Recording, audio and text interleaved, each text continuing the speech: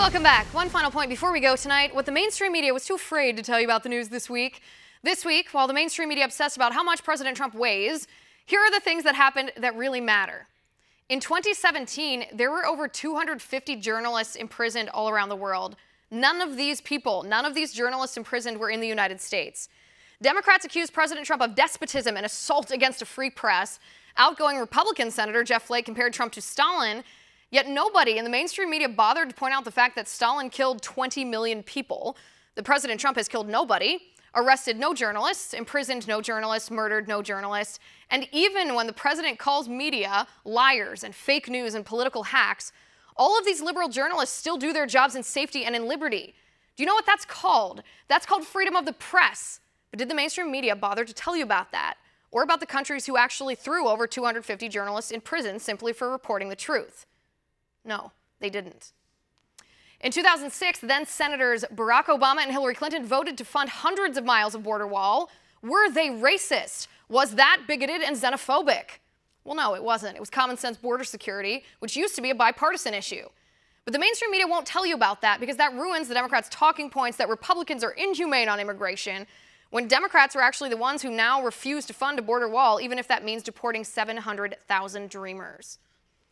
A bombshell congressional report was released, which revealed that the former ITA to DNC chair and Democratic Congresswoman Debbie Wasserman Schultz, the aide's name was Imran Awan.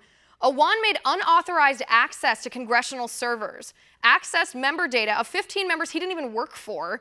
After he was fired, he continued to access the data. He covered up his tracks, and then the whole server was physically stolen. The congressional report into this scandal says Awan's behavior was nefarious. Yet the Democratic leadership in Congress told members that it was just an equipment theft, not the serious breach of national security that it was. Why? Why would the Democrats cover for a man who's been charged with a federal crime? Is he blackmailing them? Was he involved in a kickback scheme where they benefited financially? Who's responsible for this? Is the mainstream media asking any of these questions? Well, because it's Democrats in Congress at the center of this, no, the mainstream media won't cover this at all. Last but not least, 59 million babies have been killed by abortion in the United States since 1973.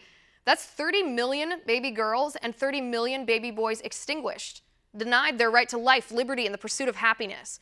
Hundreds of thousands of people marched on Washington, D.C. today to protest abortion. 8 out of every 10 people in our country support restrictions on abortion. But does the mainstream media report on that? Does the mainstream media tell you the truth? That abortion is the most emotionally polarizing political issue of our time, yet most people actually agree that abortion is wrong and they want government to restrict it. No, the mainstream media stays quiet and refuses to cover the march at all. Last year, Newsbusters reported that during their morning and evening news shows, ABC, CBS, and NBC covered the Women's March 129 times more than they covered the March for Life. The mainstream media doesn't care to report any of that to you, so we will. And that is my final point. You can reach me on Twitter at Liz_Wheeler.